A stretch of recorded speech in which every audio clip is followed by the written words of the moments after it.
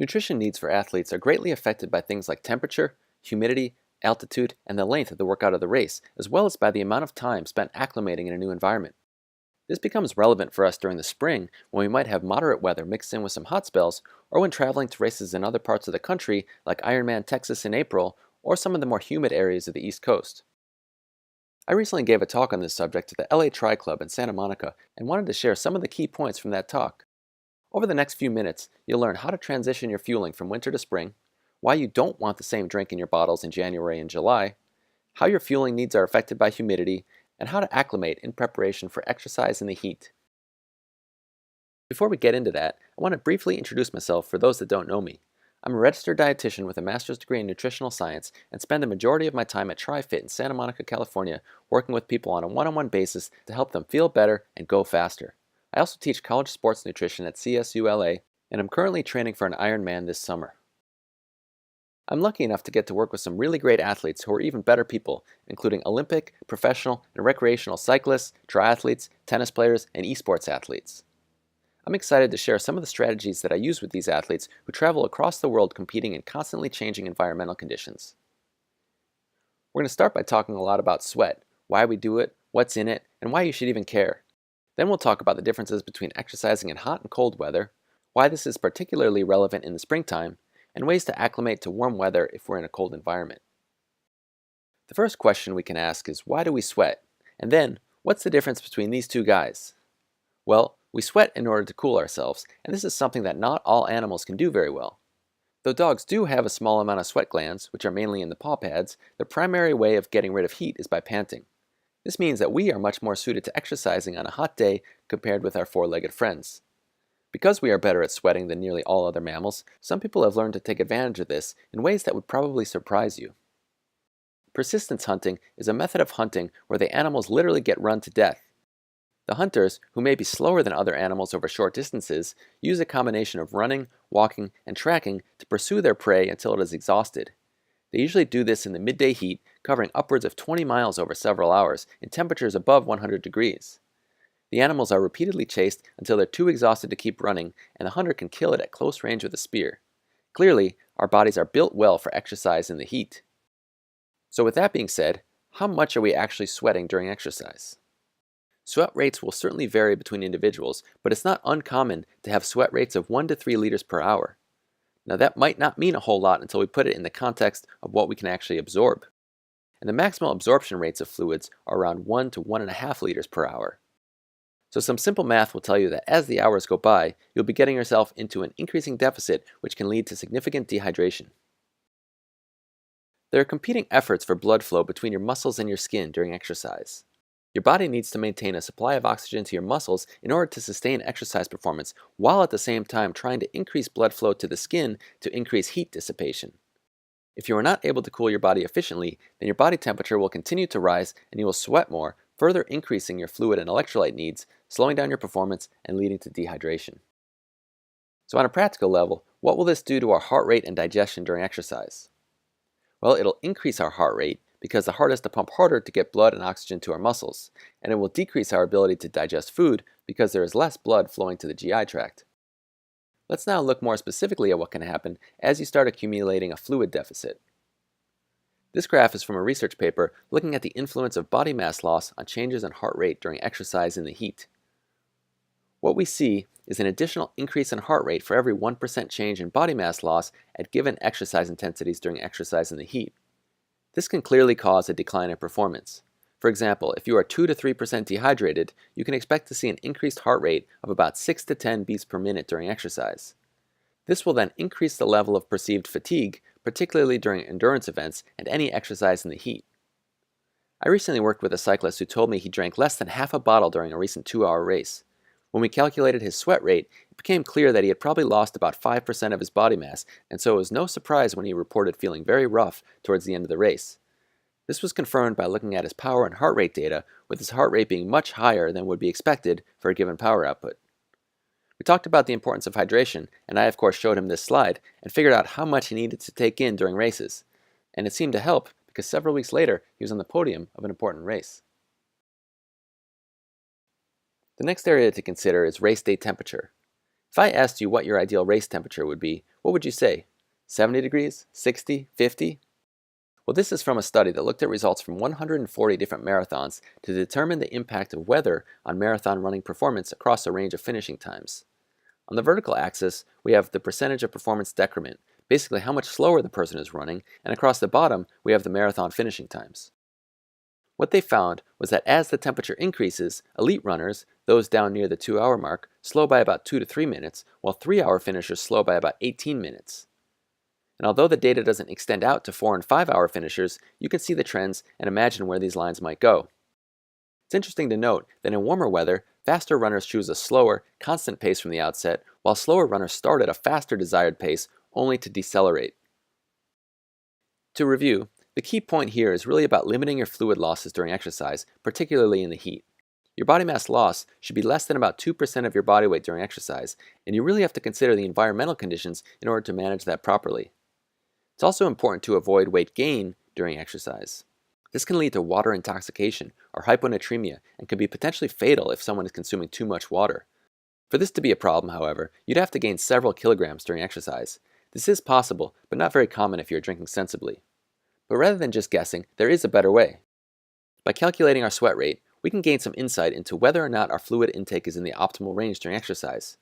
We just need to know our starting and ending weight, how long we exercised, and how much fluid we consumed.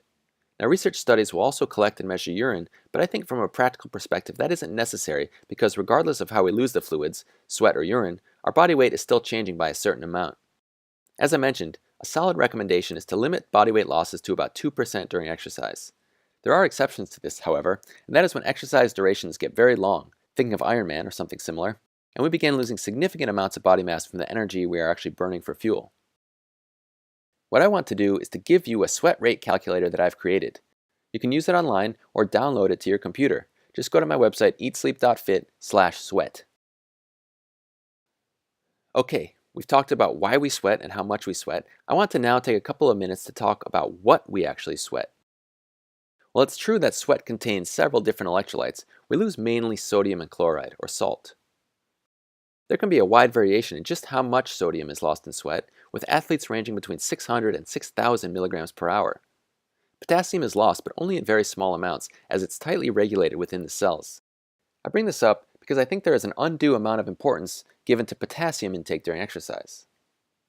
Coconut water, along with bananas, are largely to blame in my opinion, and I'm sure many of you have either used coconut water during exercise or been told that it is a superior sports drink. Let's take a quick look at coconut water compared with two of the most popular sports drinks in the world of endurance sports, Gatorade Endurance and Scratch Labs Exercise Hydration. As you see, they both have very high amounts of sodium, while coconut water contains very little. Then if we look at potassium, we see that coconut water has a lot, Gatorade Endurance has very little, and Scratch has barely any. Now it's possible that two of the biggest companies and their teams of physiologists and sports scientists all made a mistake and messed up the electrolyte balance, and coconut water really is the best thing to drink during exercise. Or, more likely, is that coconut water is a fine drink for general health and enjoyment, but it has very little place during extended exercise. Humidity is another area that I want to briefly address. Do your hydration needs go up or down on humid days? If you said up, you're right. This is because water that evaporates off our skin is able to cool us, but water that just falls off our skin does not. To illustrate this point, we need to think about concentration gradients. Concentration gradients are a fancy term for things moving from an area of high concentration to an area of low concentration. On a dry day, the air does not contain very much moisture, and water molecules on the skin are able to evaporate efficiently into the air. On a humid day, the air already contains a lot of moisture, and so there is not a strong pull for the water molecules to evaporate into the air. So this means that your body is going to have to work harder to cool itself, and it does this in part by increasing your sweat rate. So back to the practical perspective, just remember that on humid days your fluid and sodium needs will increase. Okay, so now you have a better idea of what's going on with our sweat and why it's so important to manage. The next thing for us to look at is how our needs differ with the changing seasons. Our needs can change throughout the year in several ways. Our sweat rate can change, which informs our hydration needs. Our sweat sodium concentration can change, which informs our electrolyte needs. And our fuel use can be affected, which informs our carbohydrate needs during exercise. Let's start by looking at heart rate during exercise in both hot and cool conditions.